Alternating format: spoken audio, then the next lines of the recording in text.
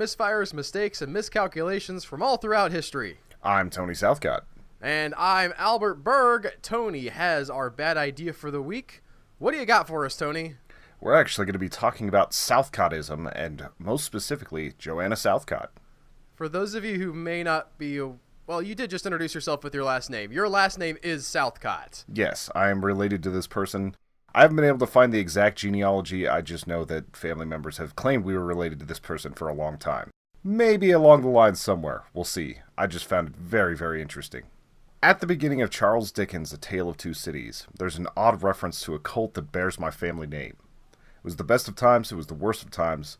It was the age of wisdom, it was the age of foolishness, it was the epoch of belief, it was the epoch of incredulity. Spiritual revelations were conceded to England at that favored period, as at this, Miss Southcott had heralded the sublime appearance by announcing that arrangements were made for the swallowing up of Loveland and Westminster.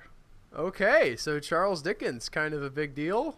A very memorable opening to a book, although most people don't get that far. They get the best of times, worst of times, and they're like, and then I didn't read the rest. Call me Ishmael or something? They might have picked it up at Barnes & Noble since it's like $4 for the paperback, and then may have picked up that line and never gone further. This tells you a lot about Joanna Southcott, the self-proclaimed prophetess from England. She was a prophet of doom, referred to as the woman clothed in the sun, who believed that she was the one to deliver Shiloh, referenced in Genesis 49:10. Usually people think that refers to Jesus, but Well, I guess this lady had some other ideas, or did she think she was going to give birth to Jesus again? She more believed that she was going to bring the second coming, because she did believe in Christ and all that. Like, that was part of her faith. It was, I believe she started out as a Methodist and kind of moved between a few different sects. At this time in England, there was a lot of extreme religious things going on, especially after some of the turmoil that was happening in Europe at the time. So it wasn't uncommon for these sorts of prophets to kind of rise up. And they do still to this day, to be fair. There's always somebody who's predicting the end of the world, usually with some kind of religious justification. Yeah, pretty much. That's been a constant. At least for the last 2,000 years. I don't know about before, but it's been a good bit since people thought the world was going to end. But most of them don't quite get to this level. There was a time where there were more than 100,000 members of this church. Okay. So that was a pretty good-sized cult. That's pretty good. I mean, Christianity got pretty big, and we think the world's going to end, so I think we've got something on Miss Joanna. We haven't set a date yet, at least not in the official text. Some of the offshoots have tried, but... Yeah, and this is one of her things because she was part of that. Like, it's considered a part of Christianity. Joanna was born in the English hamlet of Taleford to a family of simple farmers. She led a quiet life until the age of 42, and once she started menopause, she began to have dreams of the apocalypse and claimed to have visitations from angels and divine beings. Now, this woman has gotten this far in life. Did we know anything about her family situation? Is she married? Does she have kids? Does she stay single this whole time? She is single this whole time. She worked as a seamstress and upholsterer and kind of a domestic servant in the House of Exeter. Okay. Very important part of the mythology. If you have a woman who's a virgin and she's able to hold that up and say, I'm pure before God. Unlike you heathens who got married and had sex. Ew. Yeah. That's why you're not having visions. Yeah, you were focused on the sexy times and not about the piousness. Despite a very low upbringing in the late 1700s, she became a powerful orator and communicator. Her letters reached far and wide. She wrote books in a sophisticated style that often convinced people of her divinity. Few believed that a woman of her station with no formal education would be able to create these works without a divine hand. And she also kind of played into this by saying that the words kind of sprang out of her and that she didn't even have to look at the page. She just, let her hand do the writing and then, it would just spray out in these long rhyming verses. People still do that to this day. That's called spirit writing. You just sort of let it flow as the spirit moves you. Sometimes they don't even think about letters. They just sort of put a pen down and let it move as it wants, and sometimes it writes stuff out. I'm sure it does. I think, even for a person of science, you could say that it's a result of the subconscious moving the pen without your conscious mind interfering. Yeah, I'm more considering it as the divine nature of things, or claiming that it's divinely inspired, just spraying words out on the page. But that's just me. Okay. I'm just saying people do it and they get words out. It's not unique to her. Her rhyming prophecies wound their way through England, and it was quickly found that she wasn't just another street corner prophet. Newspapers at the time derided her and even lampooned her in many cartoons and editorials, but the sect of Christianity known as Southcottism grew. At the encouragement of some of her followers, she moved to London to grow her ministries. Her church began to sell paper leaflets that she called Seals of the Lord. Southcott claimed that these seals guaranteed the holder of being among the 144,000 people who would be given eternal life. Well, that's obviously not true because the Mormons got a lock on that in like the first several thousand years of history. So yeah, totally. Sorry about that, lady. I'm mocking a lot of different religious stuff right now. I guess I should not. But yeah, these were very simple, like just little squares of paper that she would write like JC on and hand to people and draw a circle on it, and that was apparently the punch ticket you needed to get to heaven.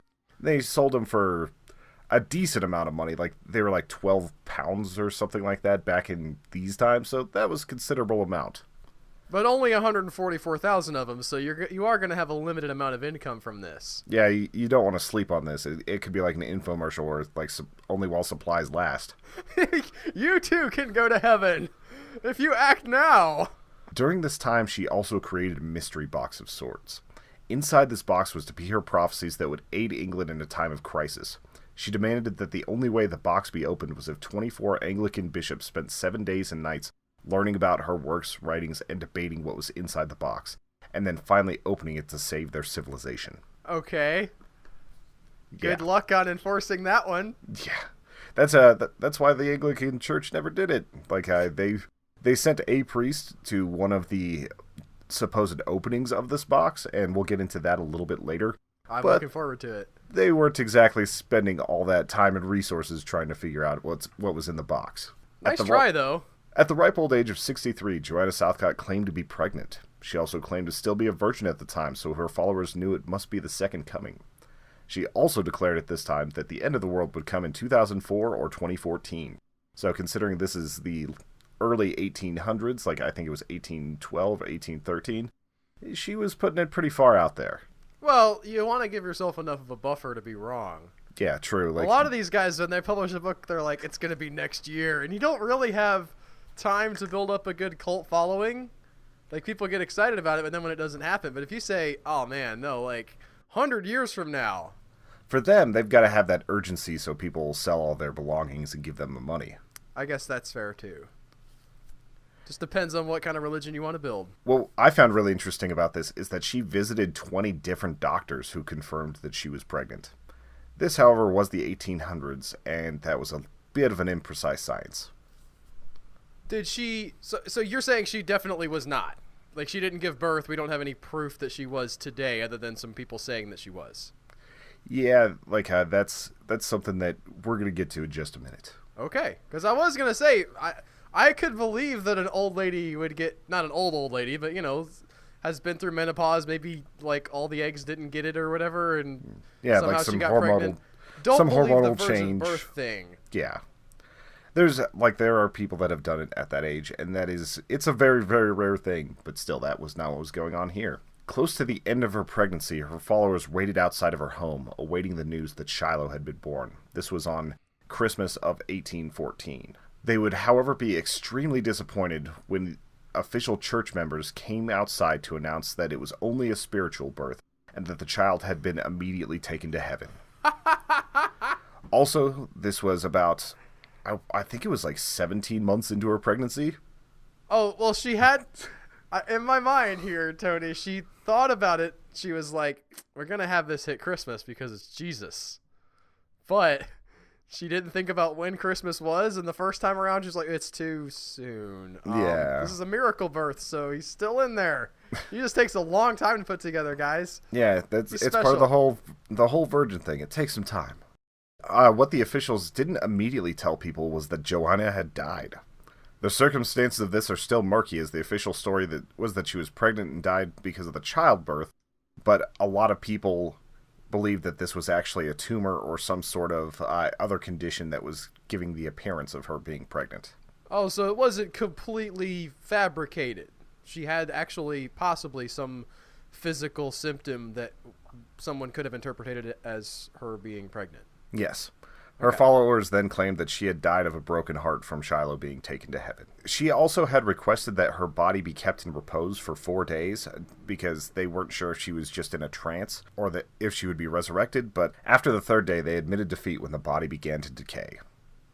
Yep, that'll happen. Yeah. Gets gross after a while. That doesn't take that long. While thousands abandoned their faith after the news, some very ardent supporters soldiered on. They believed that her prophecies would indeed bring redemption and save England. People like Zion Ward, Southcott's first successor, made and distributed pamphlets claiming that the government was causing ruin by not opening these boxes.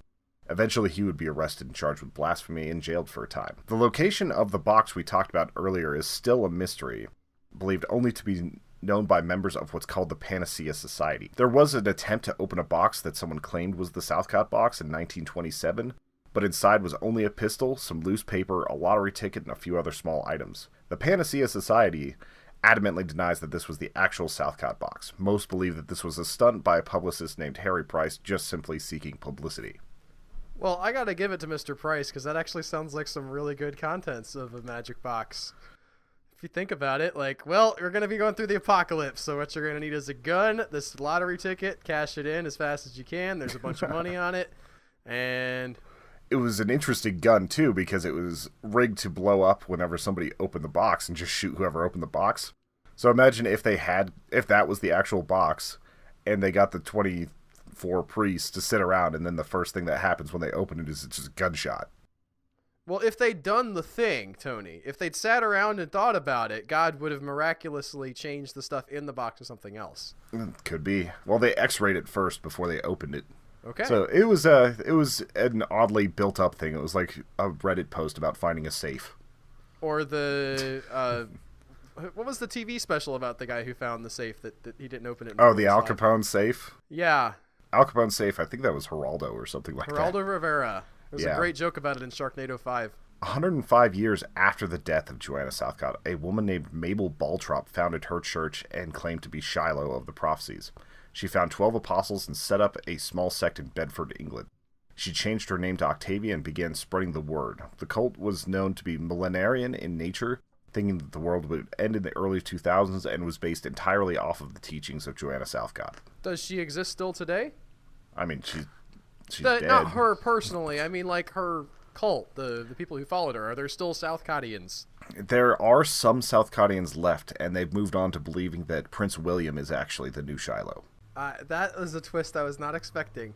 Yes, I couldn't find much on this current one. Like, supposedly members are less than like 70 people or something like that now, so it's a very, very small thing. So I couldn't quite get the website information. However, the Panacea Society still exists. Like the society over the decades would take out full-page ads in newspapers, sometimes even billboards and bus advertisements, deriding the government in the United Kingdom for not opening Joanna's box.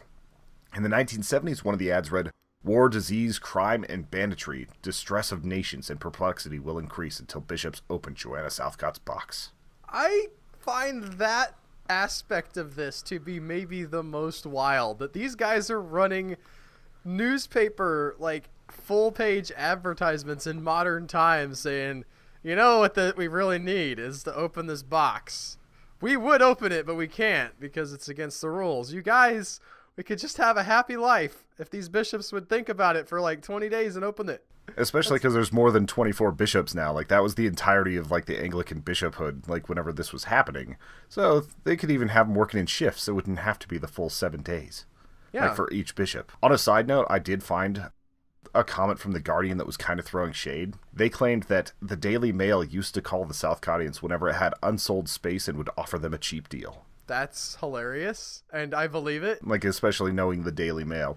I just like that The Guardian included that little side in their article about what the current state of the Southcott box was. Well, also, if you think that kind of thing is going to appeal to your readership, you know, like, this is the kind of ad our readers want to see anyway. They want to hear about the end of the world or whatever.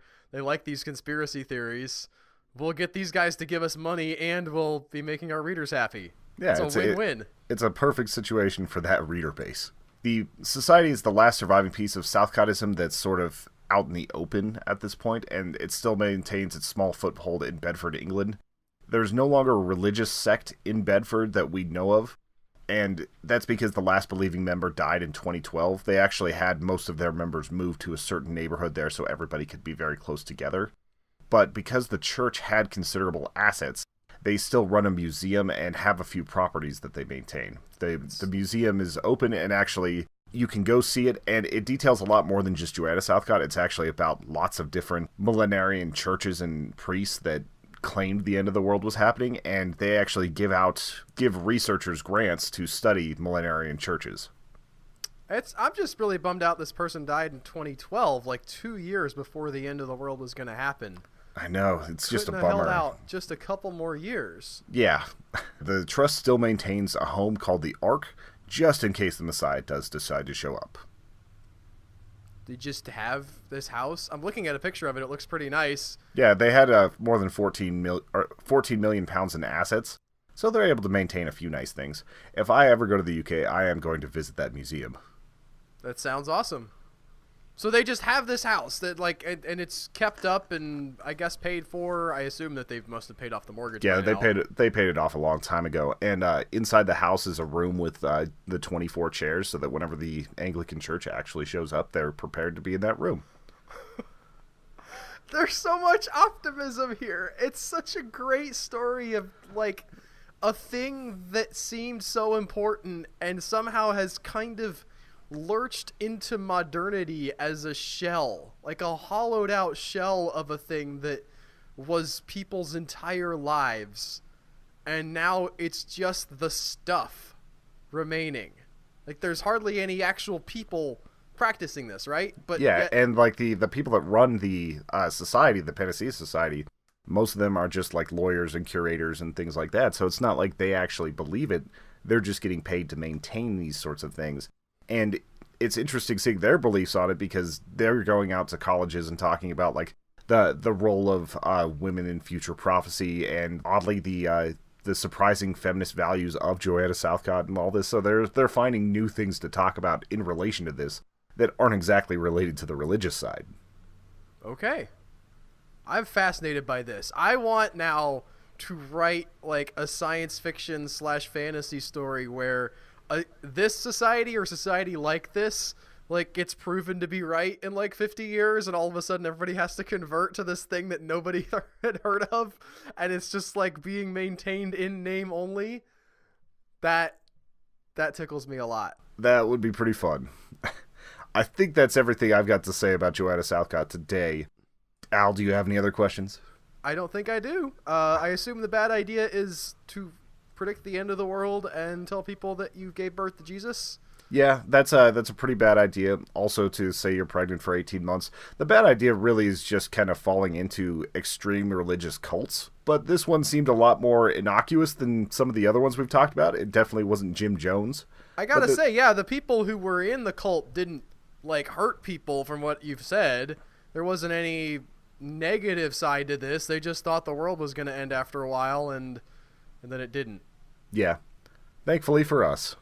Thankfully. There's some odd things that happened towards the end where she started grappling with her own doubt as well. Like right before she passed, she wrote in her will that she felt like that this was all just a giant deception from the devil and that she was being influenced by him the whole time.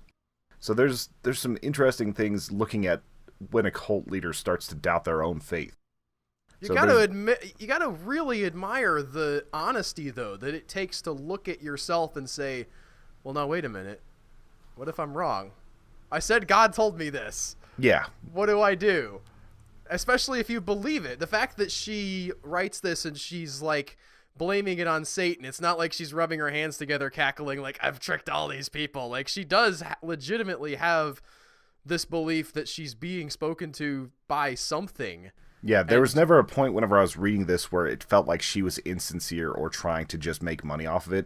She did those seals things, which was like a way to make money, but it never felt like she was genuinely just trying to convince people for no reason. It felt like she believed all this. Well, that's good at least. Anyway, that's going to do it for Bad Ideas this week. Thank you all for listening. If you enjoy this, please check out our YouTube channel, youtube.com/humanechoes. We've got a ton of content related to gaming, movies, and all sorts of other things. If you enjoy this, also send us your bad ideas to badideashow@gmail.com. We love hearing your guys' bad ideas. Bye, guys. Bye.